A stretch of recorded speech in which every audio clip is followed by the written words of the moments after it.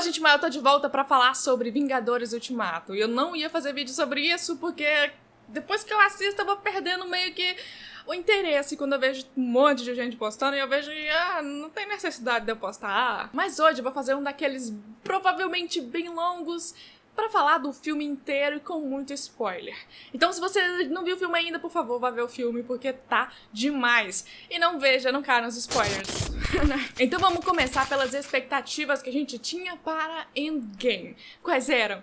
Ele parecia que ia ser o maior filme da história do cinema. E se tornou o maior filme da história do cinema. Quando eu lembro de Guerra Infinita, eu só penso que nossa, como Guerra Infinita era tão pequeno se comparado a Endgame. Eu vi o filme na pré-estreia, numa cadeira horrível, foi caro pra caralho pra voltar, mas valeu a pena cada centavo. O filme foi impressionante. A gente viu que em Guerra Infinita muita gente morreu e que provavelmente voltariam em Endgame. E é claro, eles voltaram, mas vamos começar do comecinho. Com muitos heróis desaparecidos, o filme começa com o resgate do Tony. E todo mundo tava, No primeiro trailer de Endgame, a gente tava notando que o marketing tava indo justamente pro lado quem vai salvar o Tony, save Tony, salvem o Tony!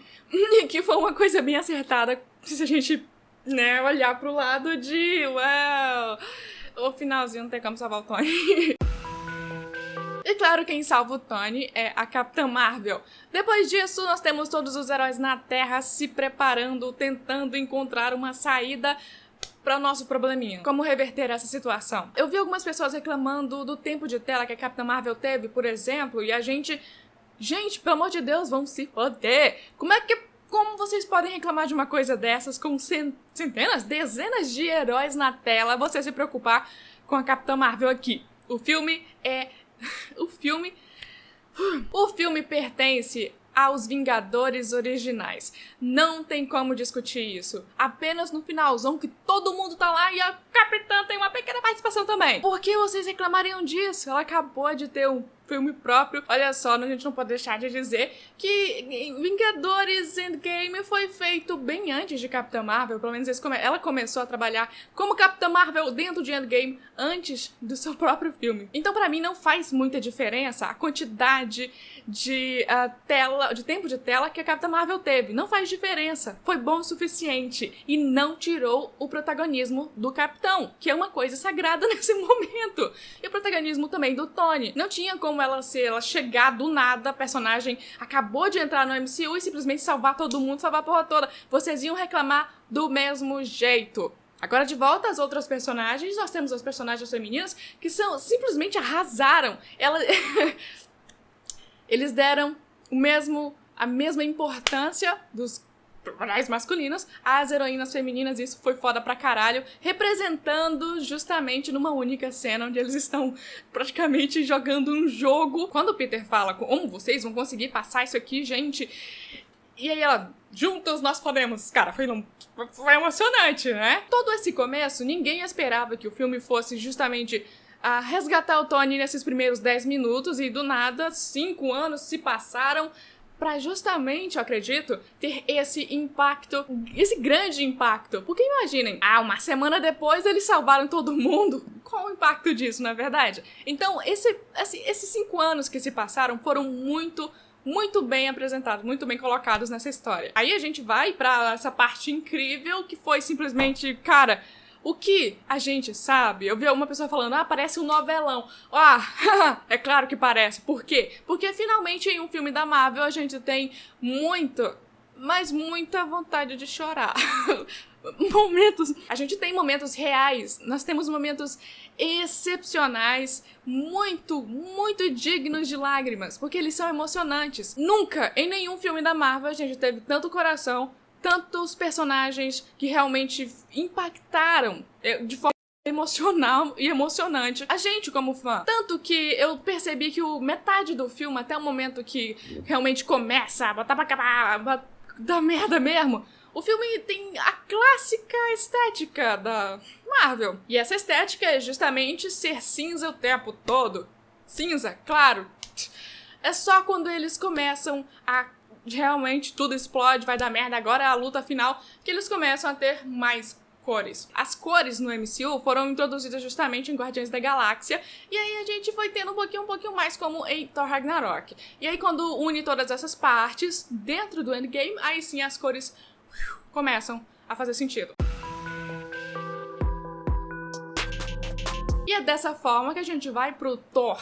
O Thor tá praticamente com PTSD, com ansiedade. Ele não tá se sentindo seguro, não tá se sentindo confiante. Quem não se sente dessa maneira quase todo dia? De repente a gente vê um Thor gordo, deprimido e jogando Fortnite com o Korg. Velho, isso foi um negócio genial. Porque chegou e disse, olha, o Thor agora é um personagem completo. Um dos melhores e mais bem trabalhados até o momento. E eu até imaginei que poderia ter muito mais coisa relacionada a isso. Mas, é claro, a gente não tinha tanto tempo assim, né? Mas essa é mais uma das coisas que foram, né, muito inteligentes colocadas nesse roteiro. Aí a gente volta para o filme em si, completo. A gente tem uma fórmula completamente diferente. A gente tem praticamente 2 filmes dentro de um apenas. Seria como lá no começo dos anos 2000 com o Pearl Harbor, que você compraria um VHS duplo. 2 fitas de VHS. Porque aqui nós temos praticamente 2 filmes. Quando a gente vê que vai dar tudo certo ali, tudo começa a dar errado e o Thanos descobre tudo! E é aí que o filme fica mais excitante ainda. Sim, a primeira metade é lenta, mas é como se fosse, como algumas pessoas disseram, um novelão. E isso faz muito sentido, porque a gente precisa disso. Como fãs, a gente tem que acompanhar a história antes da grande batalha, e essa história é contada de uma forma interessante, porque é necessária. A gente precisa ver que a Viúva Negra se importa com todos os Vingadores, ela se importa com o que aconteceu pra caramba, e ela está preparada pra fazer tudo o que for necessário pra que todo mundo seja salvo. E aí que tá começando, né, a construir essa cena que a gente já vê lá mais na frente com a Joia da Alma. Ok, Thor com PTSD, ansiedade e tudo mais, trouxe o Deus ao nosso nível. Quem não tem ansiedade, quem não se sente inseguro de vez em quando. Mas o que eles fizeram com o Thor foi ainda melhor no momento em que ele se transforma. Você acha que ele vai magicamente perder a pança? Não! Ele se transforma do mesmo jeito, com a mesma pança, com a mesma barba. Aliás, a única coisa que ele mudou com a mágica, com a magia, foi fazer uma trancinha na barba, que ficou massa pra caramba. Fora isso, ele continua meio um desastre físico, basicamente, porque ele tava deprimido. Então ele se transforma e a armadura dele tá ali, a pança junto e tá tudo certo. Ele vai lutar do mesmo jeito, ele é um personagem agora completo e que a gente sempre vai amar. Agora, os protagonistas desse filme foram os Vingadores originais, como vocês devem ter percebido. Óbvio, e é por isso que a Capitã Marvel não ia chegar e destruir tudo e roubar o protagonismo deles, né, minha gente? Vocês iam reclamar pra caralho, Então nós temos a cena da Joia da Alma. Oh, meu Deus do céu, como assim? Todo mundo tava, se a gente perder o Clint, tá de boa. Porque a Viúva Negra é a nossa garotinha aqui, meu filho. A gente não quer perder a Viúva Negra, cara. E aí a Viúva Negra pula. Por que isso acontece? Porque, todo mundo imaginava que, não vai ter impacto nenhum se a gente jogar o Clint daqui, certo? Mas aí quando você joga a Viúva, aí sim o impacto é grande. Caraca! Aí você chora, mais um momentinho pra você chorar. E eu choro só de lembrar essa porra. Enfim, vamos deixar essa parte pra lá. E agora a gente vai pro momento mais impressionante de todos os tempos. Eu saí do cinema quase discutindo com meu colega, porque ele tava dizendo que, mas por que ele é digno? Ele é o capitão, velho! Ele é digno de tudo! Não adianta reclamar, é o capitão! O Capitão América, como sempre, aquela bundinha linda, e vocês viram, é a melhor piada já feita. E a outra mudança no Capitão América, né, como vocês devem ter notado, ele deu umas xingadinhas. Então ele tava sendo ele mesmo? Isso é uma coisa interessante, né? Porque ele tava xingando e ao mesmo tempo ele foi digno. That son of a bitch. Cara, eu adorei o Capitão aqui. Primeiro que teve uma cena no começo dele com a Natasha. Nossa, gente, que amizade é essa? Tá quase romântica, mas não vai ser romântica, não. Tá bom, não tem problema. E aí nós temos a cena principal e de repente o Capitão é digno, mas tão digno que... Cara, eu chorei tanto nessa parte. E eu tenho que ver o filme de novo justamente porque nesses momentos eu tava com os olhos encharcados. Então eu tava, oh meu Deus do céu, eu tô perdendo as cenas, não é possível. O Capitão América foi um personagem impressionante. Mas a gente não fala de impressionante simplesmente por causa que... Por que ele lutou daquela maneira? Ou por que foi tão épico? Não! Você volta pro momento em que ele estava vendo a Peg. Gente, esse foi o melhor payoff, o melhor fanservice pra quem assistiu Agent Carter. Velho, eu assisti Agent Carter, a segunda temporada não é tão boa quanto a primeira, mas... Cara, a Hayley Atwell é simplesmente maravilhosa e a Agent Carter é simplesmente maravilhosa também. Então, vê-la aqui, a gente também viu o Jarvis, a gente também viu o Howard, só que o Howard está sendo interpretado aqui pela versão mais velha do Howard. Então, foi um pouquinho diferente essa parte, mas foi um payoff tão bonito, cara. Foi uma coisa tão impressionante, eu adorei essa parte. E aí que você vê que, tava um novelão? Tava, e eu adorei essa parte, simplesmente... maravilhosa. E com o payoff no final do Capitão ficando com a Peg, cara, foi um payoff ainda melhor. E uma maneira ainda de dar adeus pro Capitão. Foi a melhor fórmula. Não tinha como não ser daquela maneira. Agora a gente tem que ir, né, pra outra melhor parte também. A guerra final foi uma das coisas mais impressionantes que eu já vi. É por isso que eu falo que quando eu vi Guerra Infinita tá no chinelo se comparar com o final de Endgame. Quando eu terminei de ver Guerra Infinita, eu lembro que eu pensei, foi só isso, mas foi bom. O Thor ali arrasou pra caramba, meu filho, tá bom demais. E aí quando a gente chega no final de Endgame, é a coisa mais impressionante que eu já vi. A luta mais incrível. Os efeitos estavam, excelentes, e se a gente for comparar com os efeitos do começo, com a barriga do Thor, por exemplo, a barriga do Thor não tava muito legal não, quando se fala de CGI. Com a volta de todo mundo, quando o Capitão tava lutando com o Thor e com o Homem de Ferro, eu simplesmente pensei, eita, alguma coisa vai dar errado, mas tá bom pra caramba, o Capitão tá ali batendo pra caramba, a luta foi épica, digna de sair direto das páginas dos quadrinhos. E aí eu pensei, ué, mas todo mundo não voltou? E de repente todo mundo começa a voltar pra guerra. Todo mundo teve um pouquinho, todo mundo participou um pouquinho, e aí de repente o Capitão pergunta, no que eles estão mirando?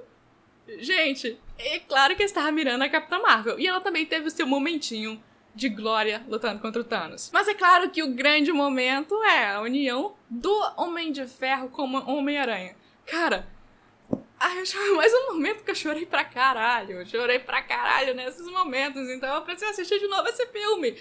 Droga! A Pepper lutando do lado do Homem de Ferro foi super incrível, impressionante. O resto é simplesmente maravilhoso. Não tem como. E então nós temos o grande adeus do Homem de Ferro, que já era meio que esperado. Já faz um tempo que tanto o Chris Evans quanto o Robert Downey Jr. já diziam que iam sair do MCU em 2019. 2019 tava longe ainda, quando você tá lembrando lá de 2011, 2014, 2015.